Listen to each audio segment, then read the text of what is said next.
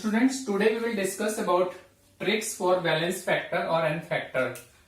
This n factor is used to calculate the molarity, and when we do the titration, at that time it becomes very easy if we use the normality concept, and normality involves equivalent weight, and equivalent weight can be found out only with the help of n factor.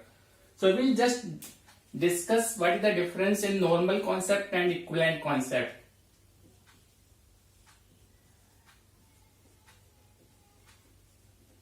In mole concept, whenever you solve any question, then balancing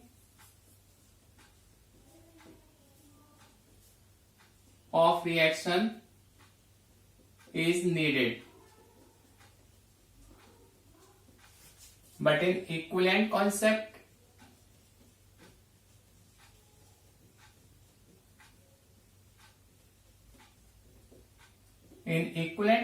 students, here balancing is not needed.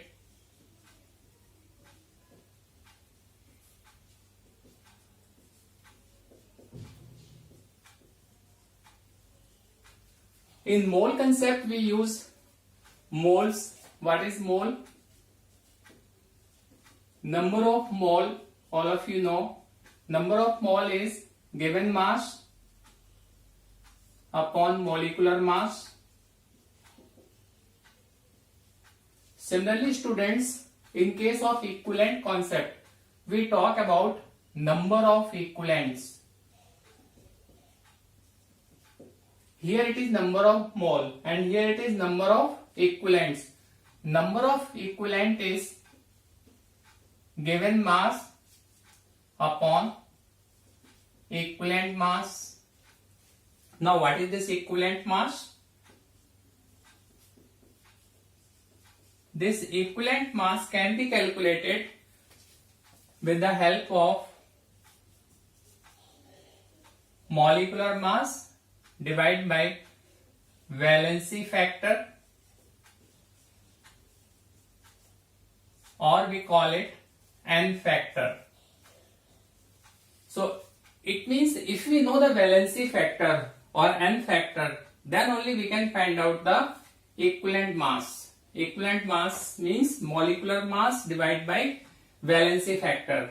And if we know the equivalent mass, we can calculate number of equivalent. And in many chemical reactions, it's observed that if you solve by using mole concept, then it becomes little bit difficult. But if you use equivalent concept, then you can very easily solve any numerical related with chemical equations, for example titrations, etc. So in today's lecture, I will be covering how to find out the valency factor or n factor. So we'll take some examples here.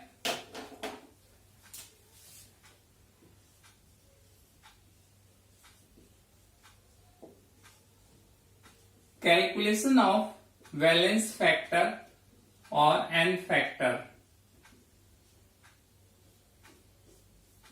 This valence factor or n factor can be calculated in case of acids, in case of bases, in case of atoms, in case of salt, in case of oxidizing agent, or in case of reducing agent.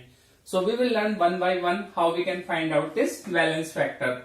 If you know the valence factor, then you can easily find out the equivalent mass. If you know the equivalent mass, you can find out number of equivalent. So first of all, I will take acids. In case of acids, student, valence factor is, it will be equal to number of ionizable H plus, and you might be knowing that it is also called basicity. And take care, I have written here ionizable. It's not total H. It's only ionizable H plus we have to discuss here. So we'll take some example here. Acid, then basicity or valence factor. If you take HCl, HNO3, they gives one H ion in solution, so valence factor will be 1. If you take H2SO4, it will be 2. If you take S3PO4, it will be 3. But if you take S3PO3 and S3PO2, now you have to be very careful. These are very important example for you. They are asking these questions in JEE Main, Advanced and NEET also. In all these three example, we have 3 hydrogen. But in this case, all the 3 hydrogen are ionizable. So valence factor is 3. But in this case, only 2 hydrogen are ionizable. So valence factor is 2. In this case, it is 1. Now students, how we can find out? How we can memorize it? The one way of memorizing is, if you draw the structure of these compound, then you will know that in this compound there are 3 OH bond. In this compound there are 2 OH bond. In this compound we have only 1 OH bond. And this OH bond is ionizable.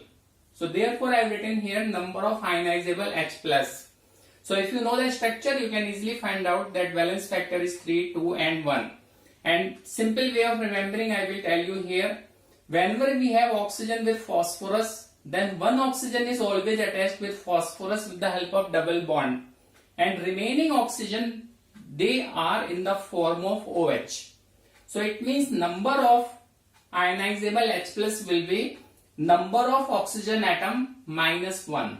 So here it will be 4 minus 1 3, 3 minus 1 2 and 2 minus 1 1. So like this also you can memorize. Now if we have acid CH3COOH, then N factor is 1. And if we have this acid, you remember student, what is the name of this acid? This acid is oxalic acid. These are 2COOH. Here valence factor is 2.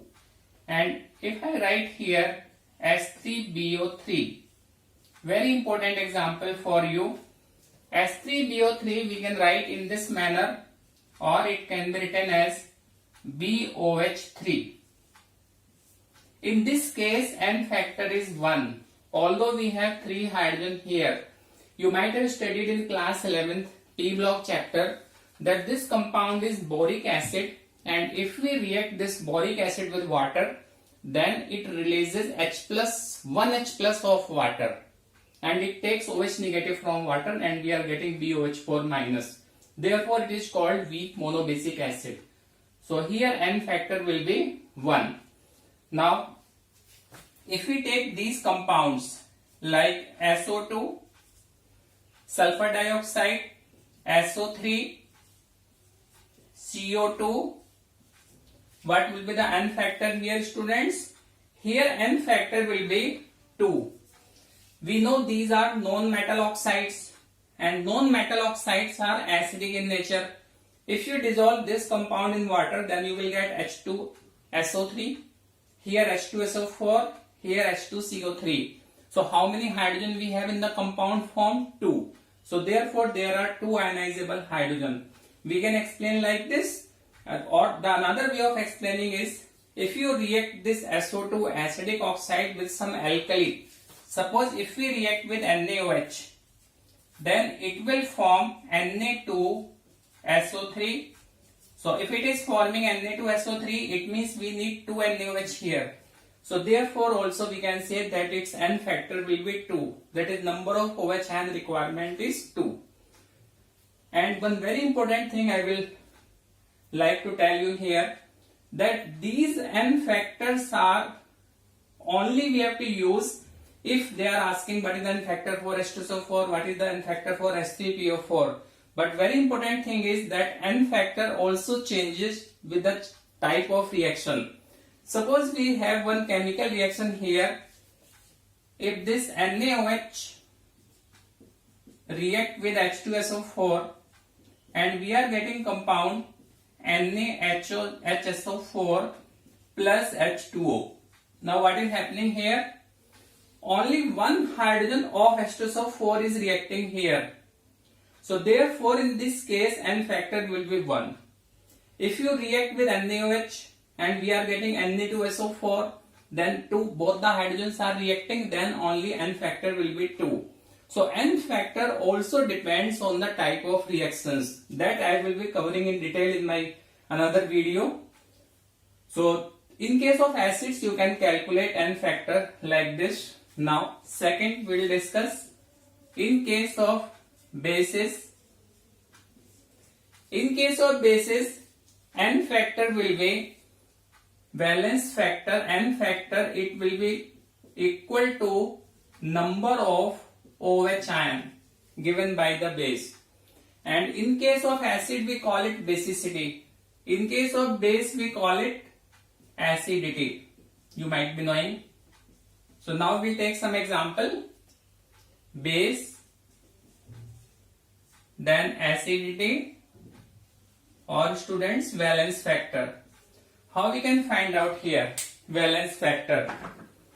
We'll take some common example of base here. If we take NaOH, then it will give 1 OH ion, n factor will be 1. In case of calcium hydroxide, it will be 2. In case of aluminium hydroxide, it will be 3. In case of NH4OH, we have 1 OH, it will be 1. In case of ammonia also, we have 1. So n factor is 1. So in case of bases, it's very simple. As I told you, in case of acids, sometimes you have to refer the structures, then only you can find out that how many hydrogen are ionizable. I hope this part is clear to all of you. All these three acids, you have to find out the structure. This structure I will explain if it is not clear to you. This is the first structure. S3PO4. So we have 3 OH. This OH bond is ionizable. So these 3 hydrogen can be removed as H+. Therefore here n factor is 3. But if you take S3PO3, this compound is S3PO4.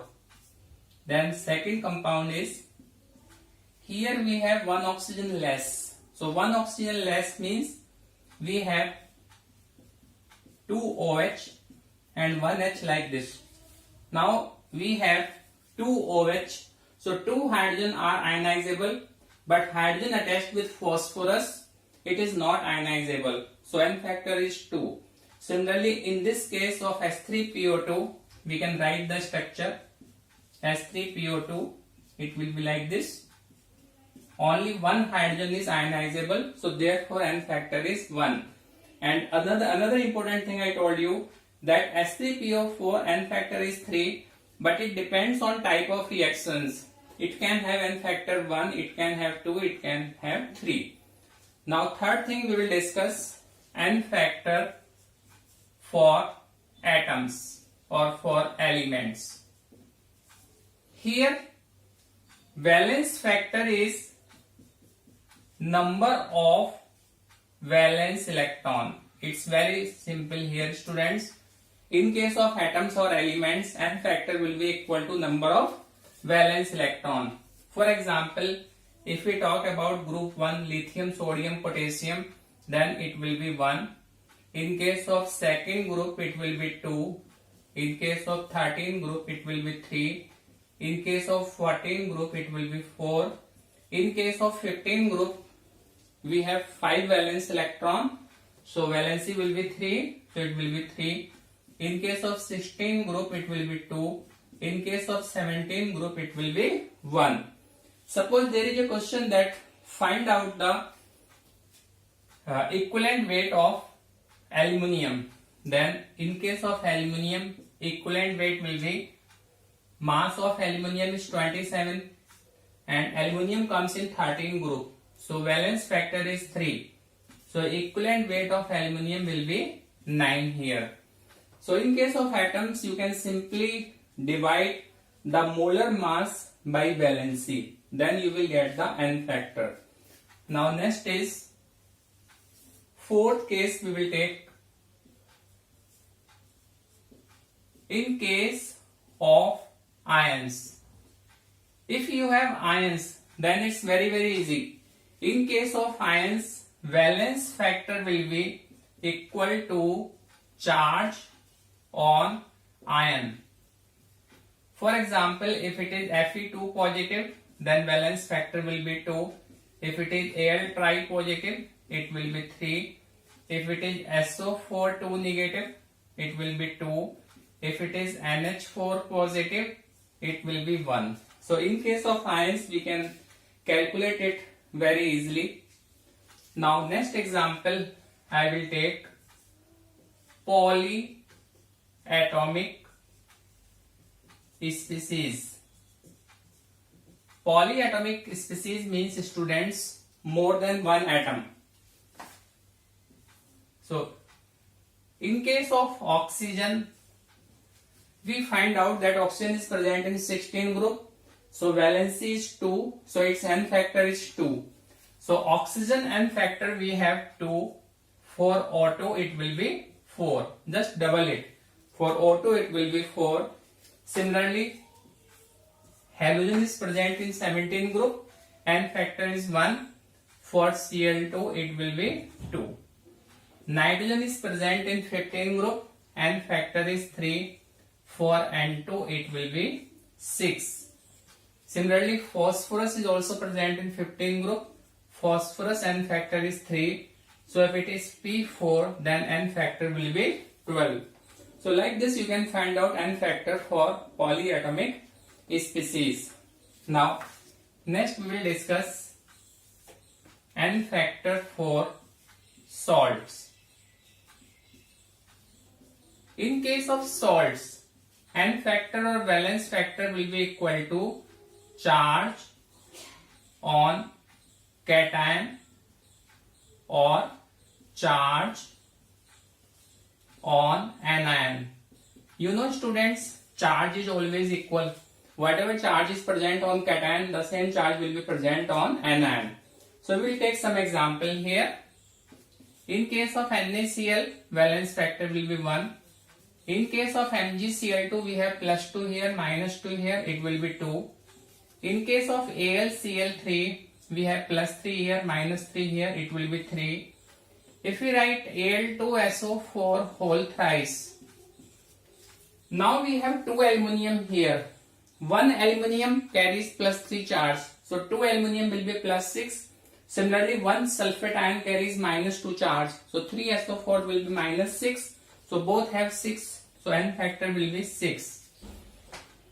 If they give you compound like this, K2SO4, Al2SO4 whole thrice, here we have plus 2 here, plus 6 here, so N factor will be 8. So like this you can find out N factor in case of salt. So if there is a question that what is the equivalent mass of AlCl3, then what you have to do? You have to divide the molar mass by 3. What is the equivalent mass of NaCl? NaCl molar mass is 58.5 gram. 2335.5. 58.5 gram. So equivalent mass will be 58.5 divided by 1. Again it will be 58.5 gram. Similarly, what is the equivalent weight of NaOH? Equivalent mass of NaOH? NaOH mass is 40. If you divide by 1, then it will be the equivalent mass. So with the help of this knowledge, you can find out the equivalent mass of any acid, any base, any atom, element, any ion or polyatomic species, or it is salt. Now the last thing I am going to tell you, in case of oxidizing or reducing agent, suppose we have some oxidizing or reducing agent, then how we can find out the valence factor? All of you noted down that here valence factor is, it's very important, students, here valence factor is change in oxidation state,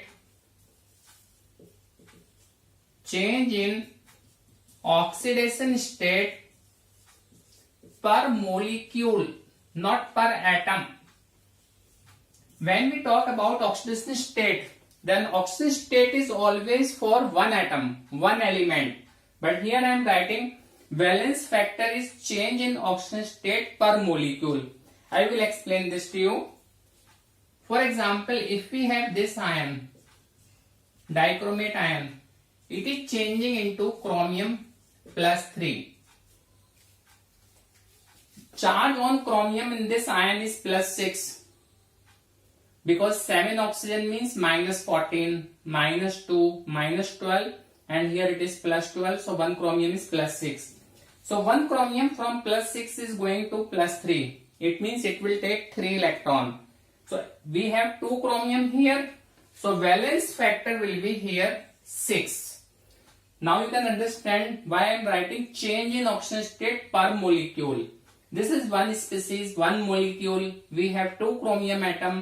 Therefore, valence factor we have to take 6, not 3. Now, another important thing I will tell you. Several times they are asking in exam. MnO4 negative is changing into Mn+2. MnO4 negative is changing into MnO2. MnO4 negative is changing into MnO4 2 negative. Okay. Now you have to memorize that this first case is in case of acid. When potassium permanganate is used in acidic medium, then always it's changing into +2. And if it is basic medium or neutral medium, then it changes into +4. Here it will be +4 MnO2 Mn charge. And if we use KMnO4 in highly basic medium, then it changes into MnO4 2 negative. Here charge on Mn will be +6. So students, here it is +7. +7 to +2, it will be gain of 5 electron. So valence factor is 5. +7 to +4, 3. +7 to +6, 1. So as I told you here also that N factor or valence factor also depend upon type of reactions. We have one compound potassium permanganate. Its valence factor will depend upon the medium in which you are using it. So we will just revise it quickly. Valence factor or N factor. What is the use? What is the utility of this concept?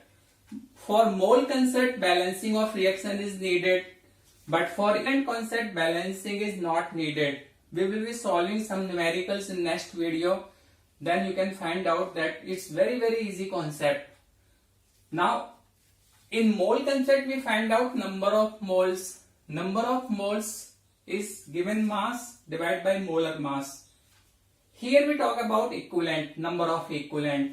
Number of equivalent is given mass divided by equivalent mass. Now this equivalent mass or equivalent weight can be calculated only we have N factor or valence factor. So in your numericals you might be dealing with different type of species. It can be acid, it can be base, it can be simple element atom, it can be ion, it can be polyatomic species, it can be salt, or you might be dealing with some oxidizing or reducing agent. So with the help of this knowledge, you can very easily find out the valence factor of any of the species, and in our next video we will be discussing how we can use this valence factor to solve various kind of numericals. And at that time we will discuss about law of equivalence. Law of equivalence says that in any chemical reaction, number of equivalent of reactant is always equal to number of equivalent of product.